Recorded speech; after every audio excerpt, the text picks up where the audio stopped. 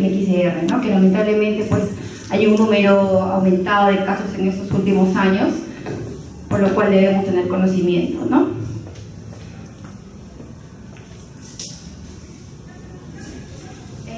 Bueno, con respecto a la tuberculosis MDR y XR, como menciono acá en la diapositiva, hay medio millón de casos nuevos de tuberculosis MDR y XR por año. El programa de control de tuberculosis, el objetivo que tiene es encontrar justamente estos casos para tratarlos y de esa manera disminuir la tasa de transmisión. Con respecto a las definiciones, tenemos que tener las definiciones muy claras porque siempre hay mucha confusión en este tema. La tuberculosis multidroga resistente se considera cuando la resistencia es simultánea tanto a la rifampicina como a la isoniazida, la cual se obtiene por pruebas convencionales, ¿no? Entonces, si es paciente resistente solamente a rifampicina o solamente a isoniazida, no se considera multidroga resistente. La definición de tuberculosis extremadamente resistente, que es la TB-XR, nos habla ya de una resistencia simultánea, es decir, que es un MDR, que es un paciente resistente a la rifampicina e isoniazida, y además de ello es resistente a una fluoroquinolona y a un inyectable de segunda línea. Dentro de la fluoroquinolona, bueno, tenemos a la levofloxacina, que es la que comúnmente estamos utilizando, y la moxifloxacina. Y en los inyectables tenemos a la micacina, tenemos a la canamicina y a la capromicina, ¿no? Y también esta es obtenida por una prueba rápida, molecular o convencional. Entonces es importante tener en cuenta la definición exacta para poder clasificar a nuestros pacientes y darles el tratamiento, obviamente. El formato presentación.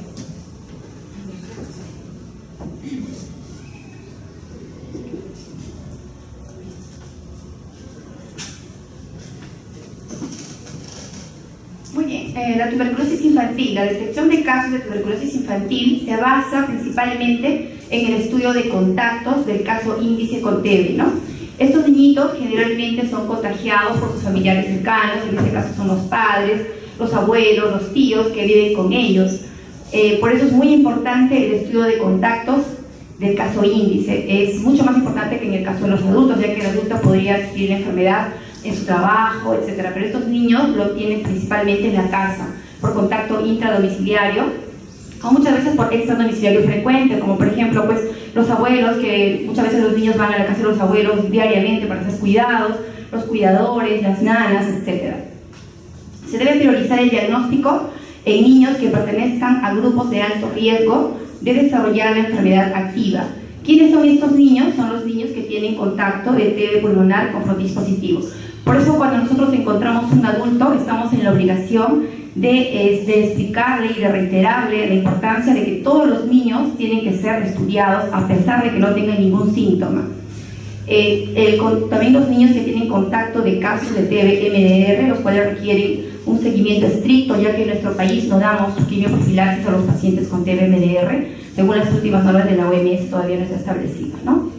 También los niños menores de 5 años, porque ellos tienen mucho más riesgo de desarrollar la enfermedad activa, y no solamente cualquier tuberculosis, sino las formas severas, pueden hacer TB, TB miliar, Mandelbrot. Estos niños tienen mucho más riesgo porque tienen ese sistema inmunológico que aún está en maduración, porque están constantemente en casa, están expuestos en todo caso, pues si es que es el papá o la mamá de contacto, están expuestos constantemente a este factor. Los pacientes que tienen infección por VIH, evidentemente por la enfermedad o por la comorbilidad en este caso. Los niños que tienen desnutrición severa, ya que el sistema inmunológico pues está totalmente alterado.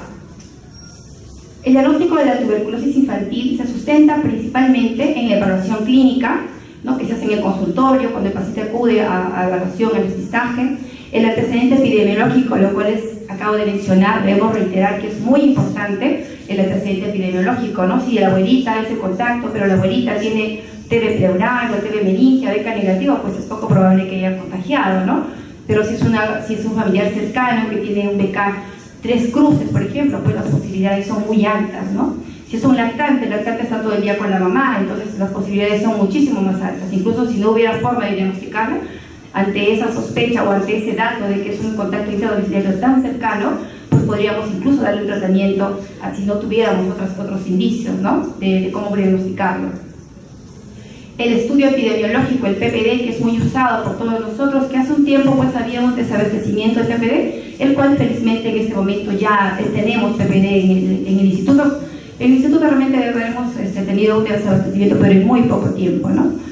En los estudios bacteriológicos importantes sabemos que los niños pequeños es muy difícil obtener el BK positivo, por eso nos basamos en otros exámenes, pero sin embargo no debemos dejar de pedir el BK, la baciloscopía, que en este caso si el niño es pequeñito, menor de 7 años, pues es el aspirado gástrico lo que pedimos. Si es mayor de 7 años y es vector, entonces le pedimos su BK en sputum. Y obviamente pedimos el cultivo correspondiente, le pedimos la prueba de sensibilidad correspondiente. La radiografía de tórax es muy importante porque si nosotros observamos un niñito con contacto, a pesar que el PPD es negativo, pero encontramos una radiografía de tórax que observamos infiltrados, observamos adenopatías ciliares, entonces ya podemos nosotros diagnosticar la TBC. En algunas situaciones especiales requerimos de la tomografía, pero la tomografía es importante que sea con contraste, porque si es sin contraste no nos da mayor información, no tiene utilidad para nosotros, ya que el contraste va a dibujar los vasos y de esa manera vamos a poder diferenciar el vaso del ganglio, que es justamente la duda existencial cuando vemos una radiografía de tórax y vemos un hilo prominente. No sabemos si es un vaso, si es un ganglio. Entonces eso lo podemos diferenciar con la tomografía siempre y cuando tenga contraste, porque si no tiene contraste, pues tampoco vamos a poder tenerla, no vamos a identificar correctamente y podemos entrar en errores, ¿no? Y en TBC debemos tratar de que los errores sean mínimos, ya que nosotros estamos indicando un tratamiento que como mínimo, si consideramos un niño que es sensible, son 6 meses. Y debemos considerar que es un tratamiento que tiene muchas reacciones adversas, por lo cual debemos minimizar pues, nuestro rango de duda, de error. Por eso es que a veces nosotros incluso solicitamos tomografía. Sobre todo en los MDR, casi por regla, pedimos MDR y NSDR tomografía. La evaluación para el diagnóstico de la TB infantil debe incluir una historia clínica muy detallada, ¿no? Preguntarle sobre los síntomas compatibles, como por ejemplo la tos, más de 2 semanas, que no siempre está presente en los niños pequeños. Los niños pequeños a veces solamente tienen fiebre, la mamá viene y dice, tiene fiebres intermitentes, o por ejemplo que el niñito no gana peso, ¿no? Porque el niño debe ganar peso ya que está en crecimiento, no necesariamente esperar a que baje de peso, simplemente que no gane peso, ¿no? Que también hay un retraso en el crecimiento, son signos indirectos que nos sugiere que algo anda mal, y si estamos ante un niño que está expuesto constantemente, un paciente con baciloscopía positiva, pues debemos de estar pensando en que el niño puede estar teniendo tuberculosis, ¿no? El antecedente de contacto de casos que estén confirmados y sobre todo que tengan TB activa. El examen físico debe ser completo, debemos evaluar también el crecimiento, el desarrollo del niño, como les reitero, el peso. Para nosotros es muy importante el peso. Cuando hacemos un seguimiento a un niño, siempre nos fijamos en el peso. El niño tiene que ir ganando peso, ¿no? También es frecuente en niños pequeños, menores de 2 años sobre todo, encontrar adenopatías. Por eso dentro del examen físico debemos incluir siempre la búsqueda de adenopatías. También signos meningios, ya que como hemos mencionado, cuanto más pequeño es el niño, el riesgo de que tenga una tuberculosis diseminada es mucho más probable. Por eso debemos también descartar signos meningios. Deformaciones en la columna. Hemos tenido casos de niñitos que han venido por deformación en la columna y la mami dice, bueno, se cayó mi hijito y bueno, lo traigo al traumatólogo para que pues lo chequee, ¿no? Y por ahí le piden un riesgo quirúrgico y salió un PPD positivo y dice, no, PPD positivo que vaya a neumología, nos ha pasado. Y le pedimos una plaquita y encontramos una TB miliar y de pronto era un mal de POT asociado y por eso tenía la deformación en la columna, ¿no? Entre otros. Entonces siempre investigar un examen físico completo, rápido, generalmente pues abocado a lo que estamos pensando, porque el paciente va de alguna forma, nosotros tenemos consultorios diferenciados, ¿no? Si va al consultorio de TB, obviamente estamos todos pensando en que el niño tiene TB y tenemos que buscar todo en función a ello, ¿no?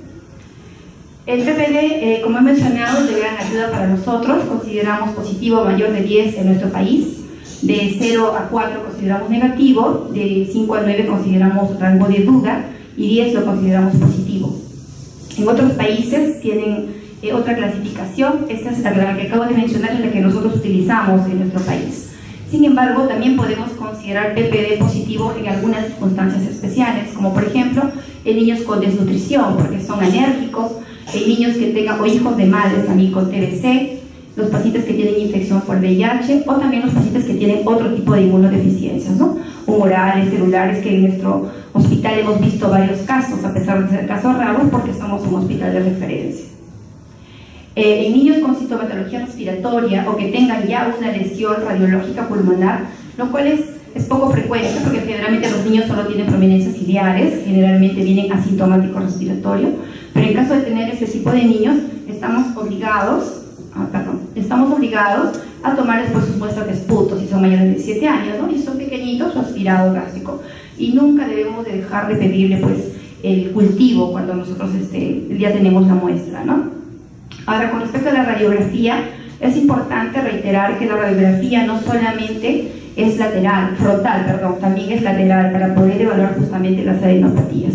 Hay ocasiones en las que es muy claro ver las adenopatías y con eso llegamos al diagnóstico. En otras situaciones de duda podemos solicitar la tomografía con contraste que acabo de mencionar.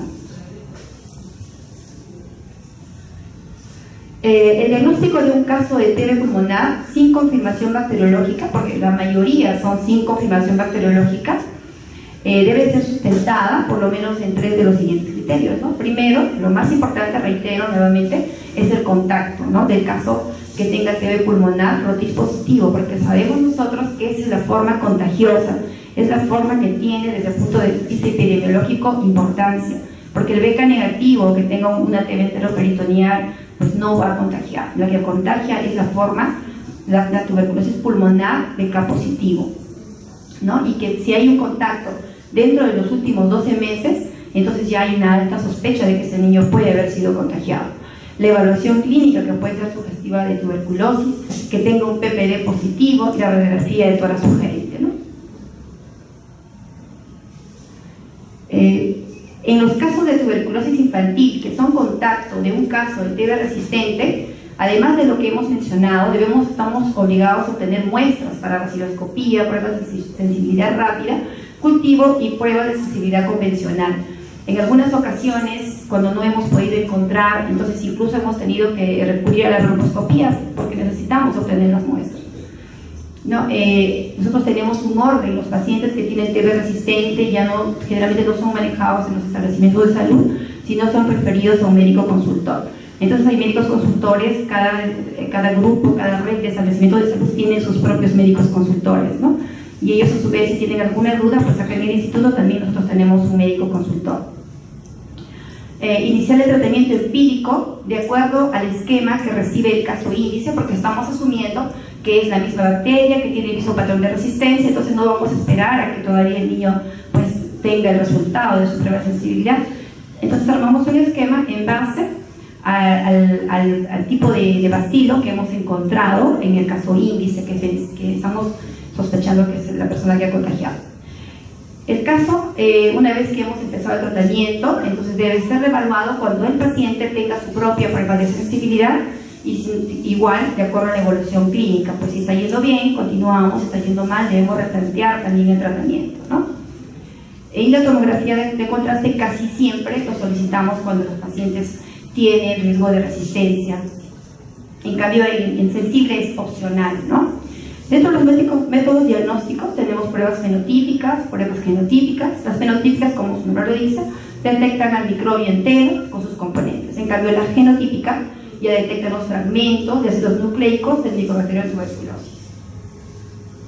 Tenemos la prueba directa, que es la muestra directa del paciente, y las pruebas indirectas, que todavía esperamos a que crezca el cultivo, y al cultivo recién se le hace el análisis, ¿no? al bacilo que ha crecido en el cultivo.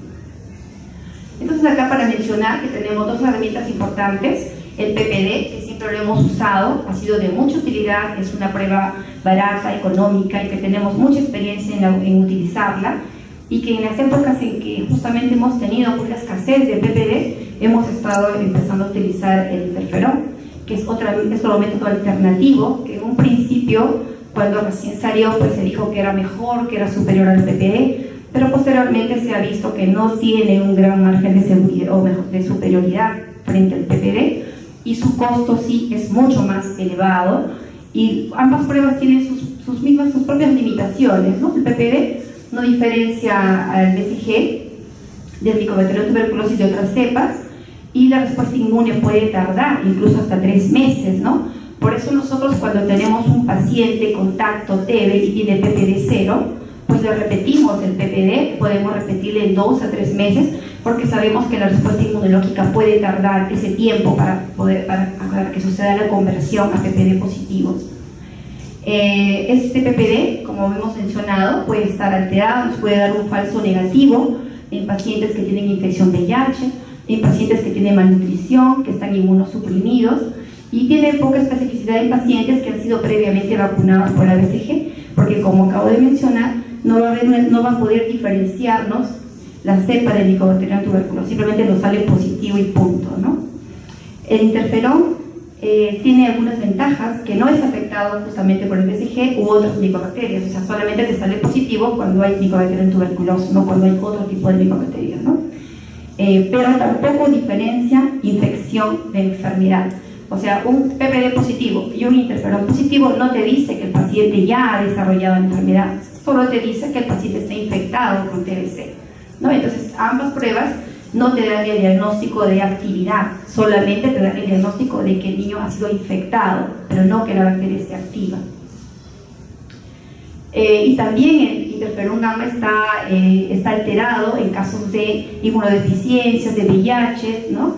Y no está validado en niños menores de 5 años. Entonces, por lo cual nosotros seguimos utilizando el PPD como primera opción, ¿no? Aparte que el costo es mayor.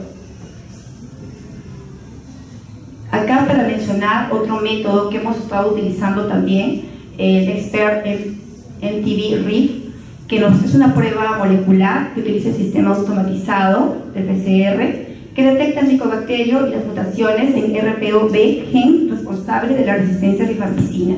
Este método específicamente nos da el diagnóstico y nos dice si el paciente es o no es resistente a la rifampicina. También hemos estado utilizando en el instituto, o sea, ustedes tienen conocimiento, por lo que siempre es parte del trabajo diario, ¿no? Que también les ha tocado de pacientes con TB, que hemos tenido muchos métodos que hemos utilizado, pero que lamentablemente en algunas ocasiones hay escasez y utilizamos otros métodos, etc., ¿no? Este es un método que hemos estado usando bastante, hace como 1 año y medio. Actualmente no tenemos el reactivo, pero lo hemos estado utilizando.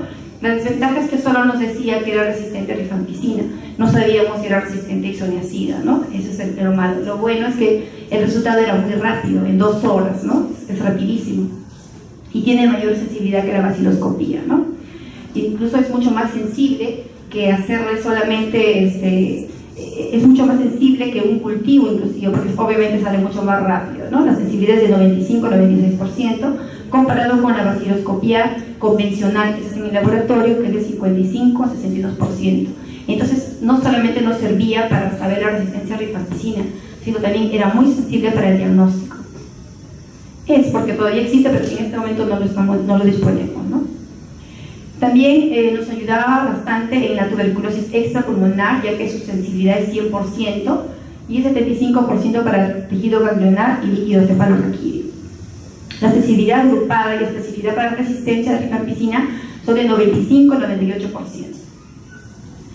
Y existen ensayos aleatorios donde hay mayor tasa de confirmación microbiológica y esto hace que inicies el tratamiento mucho más rápido, porque como salen 2 horas, entonces ya nosotros le armamos un esquema, pues ya tener el conocimiento de que es resistente a la rifampicina, ¿no?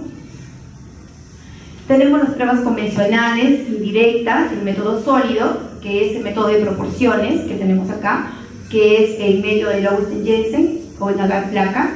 La prueba de sensibilidad convencional en medio líquido, que es un sistema automatizado, en medio líquido, que se hacen tubos, ¿no? Y tenemos también las pruebas rápidas, que son las fenotípicas directas, y tenemos las pruebas rápidas moleculares.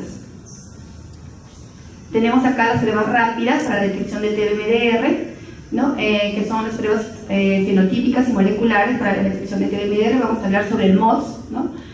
Al MODS tenemos en este momento disponibilidad, es lo que estamos utilizando actualmente.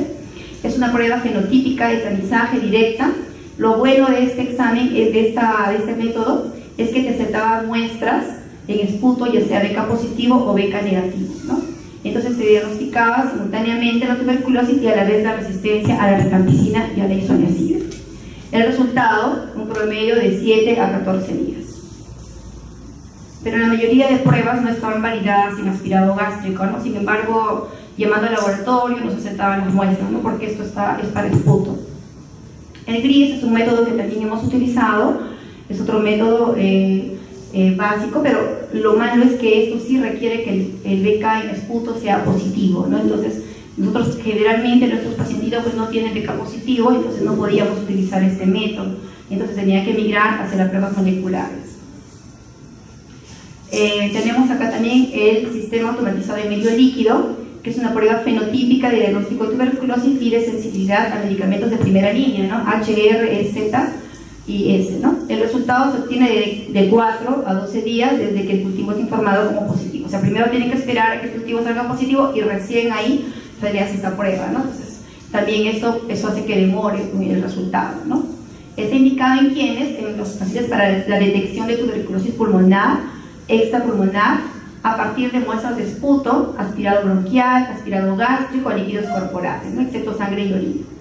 Y de tuberculosis resistente a medicamentos de primera línea, ¿no? En quienes, en los niños, en los pacientes menores de 15 años, en los pacientes que tienen tuberculosis, trabajadores, estudiantes de salud, en personas que están coinfectadas por el VIH-Sida, en personas con comorbilidades como diabetes, cáncer, insuficiencia renal crónica, insuficiencias hepáticas, etcétera, ¿no? En las tuberculosis en el sistema nervioso central y otras muestras extrapulmonares. Entonces, este método nos sirve bastante para lo que son el diagnóstico de tuberculosis extrapulmonares. Tenemos también las pruebas moleculares de sondas de ADN, que es una prueba molecular, tanto de manera directa como indirecta, que detecta las mutaciones asociadas a la resistencia a la rifampicina insulinacida a partir de una muestra de esputo BK positivo o un cultivo positivo, ¿no? Además de identificar el Mycobacterium tuberculoso, los resultados están disponibles en 72 horas, ¿no? Entonces, ¿quiénes se indica? En los pacientes que tienen detección directa de resistencia a rifampicina insulinacida e identificación del complejo de Mycobacterium tuberculosis en pacientes pero que tienen BK positivo en esputo, ¿no? Esta prueba no se debe usar para monitorear la respuesta al tratamiento antituberculoso, ya que puede detectar ADN de bacilos muertos por un tratamiento efectivo. Estas pruebas moleculares de sondas de ADN para medicamentos de segunda línea están indicados para identificar a los pacientes con TB-XDR en caso de TB-MDR. O sea, ya sabemos que tiene MDR, entonces pero necesitamos el resto de las pruebas, ¿no? En caso también de fracaso a esquemas con medicamentos de segunda línea y en casos de contactos de TB-XDR. Tenemos acá el método de proporciones en agar-placa, que es para los medicamentos de primera y segunda línea. Esta prueba también se realiza, pero a partir del cultivo positivo, por eso es que demora, porque tenemos que esperar a que todavía el cultivo salga para poder realizar esas pruebas, ¿no? Bueno, tenemos acá el método de proporciones indirecto, en el método de Lawrence-Jensen para medicamentos de primera línea solamente, ¿no? O sea, es decir, a las rifampicina, insulinacida, tolpira y streptomicina, ¿no? Eso sí lo podemos utilizar en los casos de TDC pulmonar BK negativo, pero que tengan cultivo positivo igual. Muy bien, con respecto al tratamiento de la tuberculosis, entonces nosotros primero, como hemos visto en las primeras diapositivas, pues tenemos que ver frente a qué paciente estamos, si estamos sospechando que el paciente tiene tuberculosis. Siempre tenemos que pedir las pruebas que ya hemos mencionado para poder acercarnos más al diagnóstico, si es un paciente que tiene TB sensible o tiene TB resistente o XDR, ¿no? Una vez que ya hemos nosotros diagnosticado, entonces tenemos que ver el tratamiento. El tratamiento debe ser en forma integral para el paciente, debe haber una atención médica periódica. El control en los pacientes con MDR, generalmente pues cuando están al inicio del tratamiento, pueden ser mensuales, posteriormente son cada 2, cada 3 meses. Los XDR, en cambio, deben ser hospitalizados para el inicio de tratamiento y posteriormente pues vienen esos controles igual mensuales cada 2 meses. Muchas veces también depende hay muchos pacientes, entonces a veces no se puede dar la atención a todos los pacientes y eso hace que también se prolongue de 1 a 2 meses las atenciones médicas, ¿no? También debe tener su atención por enfermería, la enfermera se va a encargar de explicarle cómo va a recibir el medicamento, de concientizar al paciente, de hacerle seguimiento al paciente, ¿no? Servicio social, de las condiciones sociales del paciente, porque muchas veces, sobre todo los XDR que inicialmente reciben los tratamientos hospitalizados, antes de que se vayan de alta, el centro social debe verificar el lugar donde va a estar el niño, si va a ser bien alimentado, si va a ser bien cuidado, si se va a poder continuar con el tratamiento. También requerimos de un informe de psicología, que es para toda la familia, sobre todo en los pacientes que son adolescentes, porque traen cuadros depresivos, ¿no? es parte también de lo que se requiere incluso para empezar el tratamiento con drogas de segunda línea, sobre todo por la cicloserina, que puede haber casos de depresión como efecto adverso, ¿no? Salud sexual y reproductiva también interviene acá. Hemos tenido pacientes, adolescentes con tuberculosis y que pues han tenido también embarazo, ¿no? Lamentablemente también sucede en niños pequeños que tienen tuberculosis. La evaluación nutricional, que es muy importante, es parte del manejo integral. El paciente con tuberculosis debe tener una evaluación nutricional, un seguimiento continuo por el nutricionista que lo hace, es parte de todo el equipo que lo hacen en el establecimiento de salud, ¿no? Solamente en algunos casos muy especiales son derivados acá y los ven acá, pero generalmente todo es en el puesto de salud. Y los exámenes auxiliares basales, el paciente antes de empezar un tratamiento para tuberculosis debe tener su perfil hepático completo, sus transaminadas, fosfatasa, GGTP, debe ser evaluado también las albúminas, las proteínas, como parte también de la evaluación nutricional. Se pide también los dosajes de urea, de creatinina, ya que estos pacientes, en el caso de MDR, ya que es de XDR, van a recibir inyectables, ¿no? Entonces también requieren esos basales. También un hemograma, porque en muchas ocasiones hemos tenido pacientes que han cursado correcciones adversas hematológicas, ¿no? Entonces todo debe ser sus exámenes auxiliares basales, ¿no? Para poder ver cómo estamos empezando. Al considerar el desafío de tratamiento en niños con tuberculosis, es importante tener en cuenta qué medicamentos le vamos a dar al niño. También debemos evaluar cómo le vamos a administrar al niño, ya que no tenemos presentaciones pediátricas. Muchas veces los medicamentos tienen que ser fraccionados, tienen que ser molidos, tienen que ser dosificados en farmacia de acuerdo al peso que les va a corresponder. Hay muchos medicamentos que no vienen en jarabe, ¿no? Entonces eso también es un problema, porque los niños por el sabor muchas veces no aceptan el medicamento, ¿no? Las combinaciones, las dosis que debemos ver, las dosis deben ser reguladas de acuerdo al peso. Los niños varían de peso muy rápido porque están en crecimiento, ¿no? Y generalmente, sobre todo cuando ya empiezan el tratamiento, empiezan a ganar peso, a veces pueden subir hasta 500 gramos por semana. Entonces, cada semana debemos pesar a los niños para formular las nuevas dosis, las nuevas presentaciones, ¿no? Y el tiempo de tratamiento, obviamente. Con respecto a la tuberculosis resistente, hemos encontrado, hay algunas revisiones que se han publicado en el 2012, donde los resultados exitosos en el niño han sido de 82% en comparación con los adultos de 62%, es decir, los resultados son más exitosos en los niños, por decirlo, ¿no? Con respecto al tratamiento de la tuberculosis resistente, ¿no? A pesar del éxito, el tratamiento que es largo y se asocia con significativos eventos adversos, ¿no? Una cuarta parte de los niños tratados con medicamentos inyectables experimentan algún grado de pérdida permanente de la audición. Por eso es importante en estos niños pequeños hacerles la audiometría, hacerles el seguimiento para poder ver riesgo-beneficio muchas veces el momento en que debemos quitar el inyectable.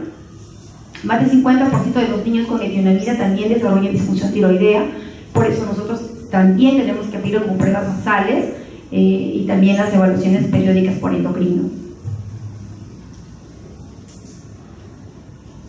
Desde el 2012 se han reportado casos y estudios de TBMDR, hay nuevos conceptos, se han introducido y hay sugerencias en guías de tratamiento, ¿no? Es decir, a partir de este año están investigando nuevas drogas, nuevos esquemas, se han modificado muchas cosas dentro del esquema que antes normalmente nosotros conocíamos, ¿no?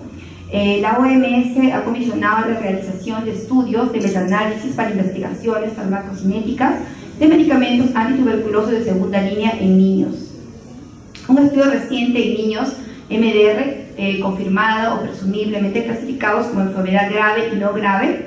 Los niños con enfermedad no grave fueron tratados con mayor frecuencia como pacientes ambulatorios, teniendo menos probabilidades de recibir un medicamento inyectable, y se les dio cursos más cortos de medicamentos, ¿no? Porque tenemos a veces niños contactos MDR, pero sin embargo no tienen mucha lesión, vemos que solamente hay prominencias ciliares. Entonces, en algunas ocasiones han sido manejados incluso sin el inyectable y con buenos resultados. Con respecto a los principales factores de riesgo para la tuberculosis resistente, tenemos pues el fracaso al esquema con medicamentos de primera línea, los que tienen contacto de casos confirmados de TB resistente, pacientes que tengan recaídas dentro de los siguientes 6 meses de haber sido dados de alta de un esquema con medicamentos de primera línea, los que tienen recaída luego de haber sido dados de alta con medicamentos también de segunda línea, personas que están, bueno, en prisiones o los que viven en albergues, que tenemos muchos niñitos de albergues.